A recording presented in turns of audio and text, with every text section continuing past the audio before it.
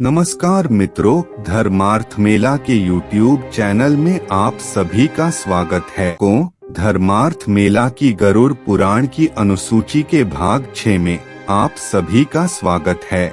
गरुड़ पुराण के पिछले भाग में आपने जाना कि प्राणी के पाप और पुण्य की गणना कौन रखता है और उस प्राणी के शुभ और अशुभ का वर्णन चित्रगुप्त से कौन करता है।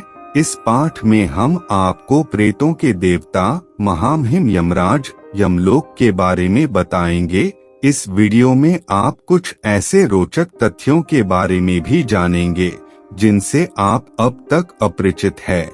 ऐसे ही और जानकारी लेते रहने के लिए धर्मार्थ मेला चैनल को सब्सक्राइब अवश्य करें। अब उस जीवा माँ को बहुधर्म भीति से यमलोक की ओर प्रस्थान करवाया जाता है। फिर गरुड़ जी प्रश्न करते हैं कि हे भगवान, यमलोक कैसा है, कितना बड़ा है, किसने बनाया है, उसकी सभा कैसी है और कैसी जीवात्मा यमलोक में प्रवेश करती है। इन सब प्रश्नों के उत्तर आप मुझसे कहिए।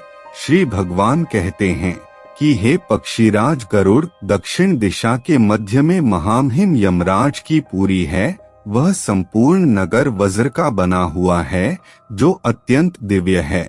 देवता और असुर भी उसका भेदन नहीं कर सकते हैं। वह चौकोर है और उसमें 4 द्वार तथा 7 चारदीवारी हैं, जहाँ यमराज स्वयं अपने दूतों के साथ ही इस नगर में निवास करते हैं। यह नगर सूर्य के समान चमकती हुई बिजली तथा चंद्रमा के समान दिव्य है और यहाँ यमराज का जो भवन है वह स्वर्ण के समान कांतिमान है। उस भवन का विस्तार 500 योजन ऊंचा है। उस भवन को वैदूर्य मणियों से सुसज्जित किया गया है। सैकड़ों पताकाएं उसकी शोभा बढ़ाती है। हजारों घंटों की ध्वनि उस भवन में होती रहती है। उसमें सैकड़ों तोरण द्वार यानी फाटक बनाए गए हैं। इसी प्रकार से वह भवन कई आभूषणों से विभूषित रहता है। अपने योगों के प्रभाव से विश्वकर्मा ने इस अद्भुत भवन का निर्माण किया है। इस पुर में 100 योजन दिव्य चौड़ी काम रूपी सभा है। उसमें सब और सूर्य का प्रकाश फैला हुआ है।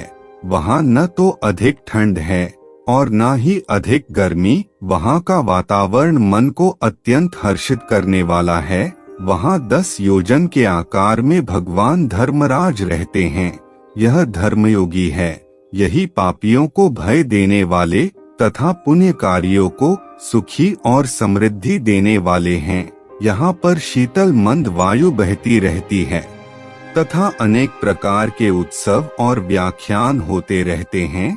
सदैव संघ आदि मांगलिक कार्यक्रमों की ध्वनि सुनाई देती रहती है। उन्हीं के बीच धर्मराज का संपूर्ण समय बीतता है।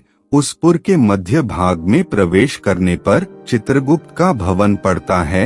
अब यहाँ वह प्रेत एक हाथ मात्र के शरीर को त्याग कर अंगूठे मात्र शरीर को धारण किए रहता है। वह प्रेत भूख से पीड़ित होकर चित्रगुप्त के भवन की ओर जाता है, जिसका विस्तार 25 योजन है और उसकी ऊंचाई 10 योजन है। वह लोहे की दीवारों से घिरा हुआ एक महान भवन है। इसमें आने जाने के लिए सैकड़ों गलियां हैं। चित्रगुप्त के इस भवन को सुंदर चित्रों से सजाया गया है।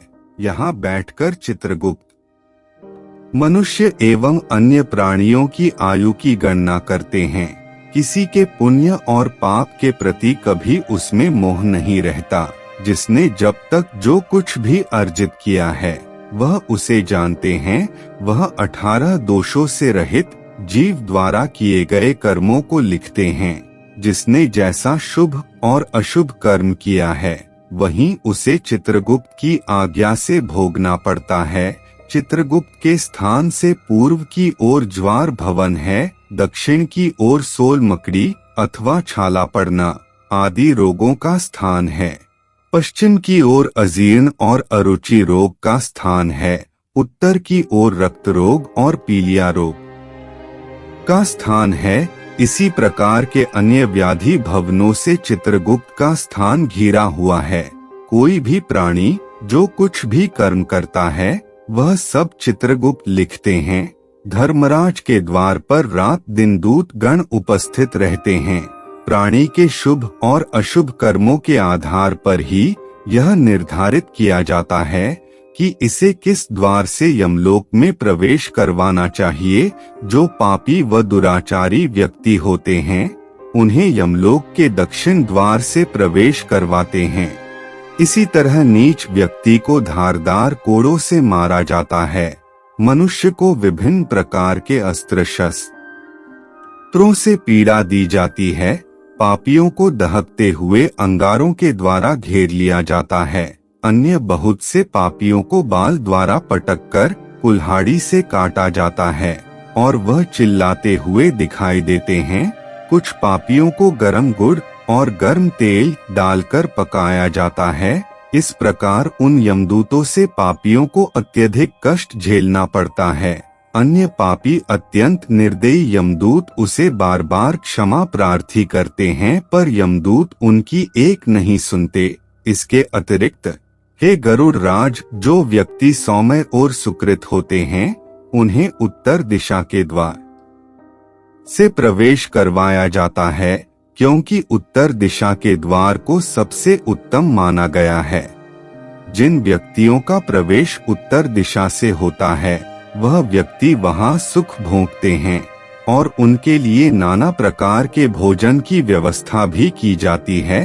पुण्य कार्य व्यक्तियों को विमान द्वारा दूर से ही आते देखकर धर्मराज अपने आसन से खड़े हो जाते हैं और उस पुण्यात्मा का स्वागत करते हैं। आज की प्रस्तुति में केवल इतना ही। अब हमारी भेंट गरुड़ पुराण के भाग 7 में होगी। तब तक के लिए जय जय श्री राम।